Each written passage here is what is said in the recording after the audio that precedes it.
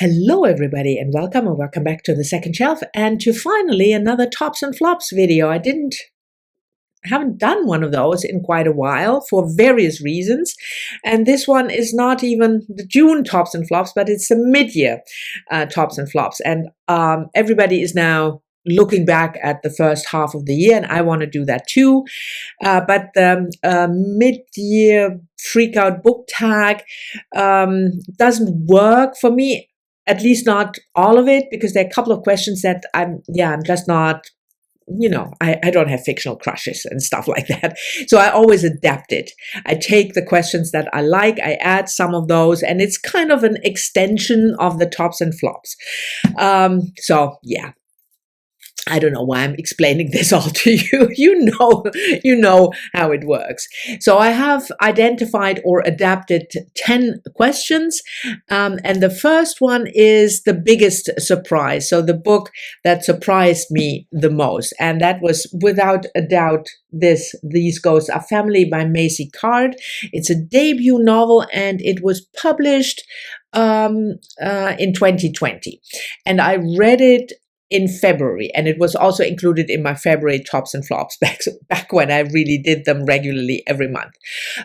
So Macy Card is a Jamaican-born author living in the US, and the book is set in Jamaica, partly in the US, and it surprised me.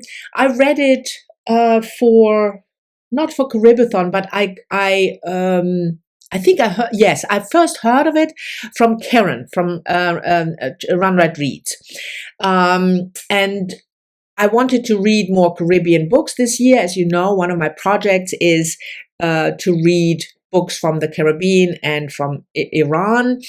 And so this fit. And then I read the kind of blurb, and it's about Stanford Salomon, and it turns out that he stole Stanford Salomon's identity. He isn't even Stanford Salomon, but he is Abel Paisley.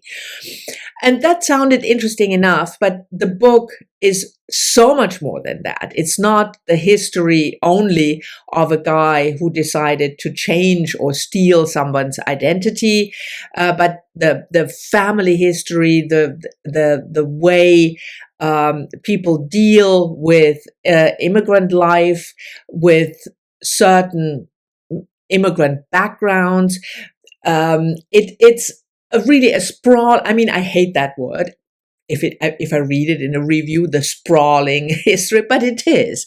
And it's so intelligent and so well written. I can't believe it's a debut. That was another surprise. So this book was just such a gem that I discovered early in the year. Speaking of early in the year, I have to say I had a kind of mixed year so far. The beginning was really, really good, also because I had time to read, time to pick books that might challenge me. And then it kind of, I don't want to say I fell off the wagon, but it didn't go on that well. There was a lot of work stuff going on. I was ill for a while, and I just didn't have the energy to pick books that challenge me or to really think about my reading. So I reread a lot, which is also good, by the way, because I will include the best reread. But yeah, just that as a general remark. The next prompt is favorite character. And I picked from Gloria Naylor, Mama Day, the title character. This book was published 1989. I read it also early on in the year, and it was a buddy read, and I had issues with the book in terms of the main relationship where the book is centered around, but the character of the grandmother, Mama Day, the matriarch, I think it's set on the Georgian island of Willow Springs, where people still use only herbal medicine and honor ancestors who came over as slaves. And Mama Day is a healer, but she's also having, I don't want to say a troubled past, but there are definitely issues in her past. I like an older female character. You don't find them that much, especially not one that isn't then, the quirky old lady with a stick, and I'm not interested in that. But she is a really engaging character with a complex character, not only good, she meddles in people's affairs in a way that are not I mean, I wouldn't appreciate, but I really liked her, the fullness of her character. So yeah, if you haven't read Mama Day, I don't know whether I want to recommend it, because like I said, the central relationship, man, female man, what am I going to say? Female male relationship, I thought was kind of problematic. It was not a love affair, but it was presented as a love affair. But the main character, one of the main characters, this Mama Day, is fantastic. Anyway, moving on. I'm in a babble mood. I can already see that. Number 3, the best novel. I picked not one of the Women's Prize novels, because I talked about them really extensively. There are a couple of novels on the long list of this year's Women's Prize, Pod by Laline Paul, but also Fire Rush, and of course Bandit Queens, that I really loved. But I talked about those books so much in the first half of this year, that I thought I'm just not going to include the Women's Prize books in this mid-year tops and flops. And then I came back to a book that sort of stuck with me, even though it might not be the most fantastic book ever written, but I just picked this one, Woman Eating by Claire Coda, because it's and it was published, I think, last year. It's also a debut novel. Our author is an English writer and musician. I think I can show you, if I can manage this, can show you our author. And it's about a vampire. The main character is a 20-something, almost 30-something woman, Lydia, and she is a vampire. And it explores the theme of gender and sexism and sexual harassment, with this twist of the female character, main character, being a vampire, and also meaning that she has different means of dealing with people, especially men, who treat her badly. So it's set in London, in the art scene world. Lydia works in a gallery, and I just thought it was such a fresh take on Me Too, sexual harassment, sexism, gender, that it just stuck with me. I read it in January, and if I leave out the Women's Prize books, this is the best book, the best novel that I read. Next prompt is the best nonfiction, and I don't want to spend too much time on that, because I just talked about that book extensively in a haul, and I will probably talk again in a recent reads, but it's this one, The Exceptions by Kate Zernike, published earlier this year, and it's about Nancy Hopkins and the fight for women in science. Especially Nancy Hopkins worked at MIT. It's fantastic. The way it's told, it's so engaging. I learned so much. So if you're interested in that topic at all, please pick up this book. It's just really, really good. Forgot the number where I'm at. 5.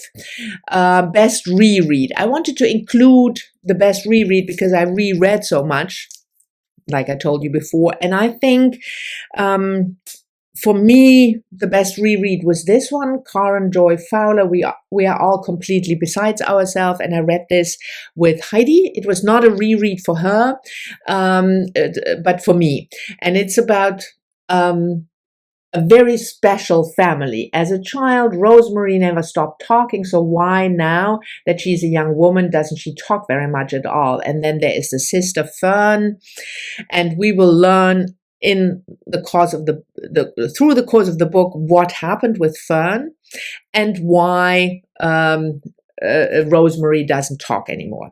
And there's also a brother who fell off the grid somehow. It's not an easy book to read because there's a lot of animal abuse in the book. I mean, it's not that it's that it's promoted, but the story centers around animal abuse. But I thought, yeah, it was just such an interesting take on how we treat animals and why the distinctions that we make between person and animal, but also a very in-depth look into family of a different kind. So I definitely enjoyed this one. And I also wanted to include the best dude, because as you know, my channel normally I only talk about books by female authors, which does not mean that I don't read male authors. I just don't talk about them on the channel. Except for a couple of occasions when I do my best of the year, I always also I make a video of the best dudes. So I also wanted to do that for the mid-year tops and flops. And it was definitely this one, Bret Easton Ellis's new book, The Shards, published earlier this year, which I buddy read with Adam from Memento Mori. I have a soft spot for Bret Easton Ellis. I have had one for decades. When I read his first book, and when I read American Psycho and Glamorama, and I just like the way he writes and the stories he tells. And I was at he came to Cologne to give a reading because the book was also translated. So I got a signed copy. Yes, I'm definitely fangirling. This is a look back at Bret as a fictional character and the college years. And he's a senior at, not college, I'm sorry, high school, the end of high school. So he is a senior at the exclusive Buckley Prep School, and there's a new student, Robert Mallory, and there's also the Trawler, a serial killer who kills young people, and quite gross. I mean, if you know Bret Easton Ellis, he can be quite into your face with crime and gory stuff, and it's like, you know, the movie Scream in book form. But I just loved the way he played with this autofiction genre, with what is true and what is untrue of the story. He fictionalized his character, and a lot of things are, if you know his biography, are true. He went to, you know, this very, snobby prep school. There were incidents that I know from his biography that he writes here that are true, but the main story is just fiction. But the way he tells it and makes you, as a reader, go with him through all types of twists and turns in order to, it's just a very good story. But it also, if you want to, you can talk about it and think about it on a more meta level. So I just loved it. And I'm, like I said, Bret Easton Ellis, if you want to talk dude bro with me, Bret Easton Ellis is my guy. So that's for the tops, the positive. On to the flops, and I only have 2 points or two prompts. The first one, number 7, is the biggest disappointment. And that was, I picked this one, Still Life by Louise Penny. It's the first one in the Chief Inspector Gamache series. And I've heard so many people whose taste I respect talk about this series and how fantastic this series is. And I like a really good, well-developed series centering around a main detective, like the Inspector Lynley series by Elizabeth George, or Brunetti in Venice. And this just, I thought he was such a dumb character, very. It was kind of a ripoff. It felt like a ripoff from Inspector Lynley. I mean, this book was published 2005, and he is such a know-it-all, and how the arrogance, and I just thought, I don't want to spend any more time with you, Inspector Gamache, than I spent in this first novel. So this was a huge disappointment for me. And then number 8 is the worst book. I found that difficult because I didn't have a book that was just abominable, except some for the Women's Prize, but I wanted to exclude those. So I picked a nonfiction book that I read recently, Katja Hoyer, Beyond the Wall, about East Germany. Because I talked with Steve Donahue about that, and he actually quite liked it. And maybe I was just not the target audience, because I thought this book was trite.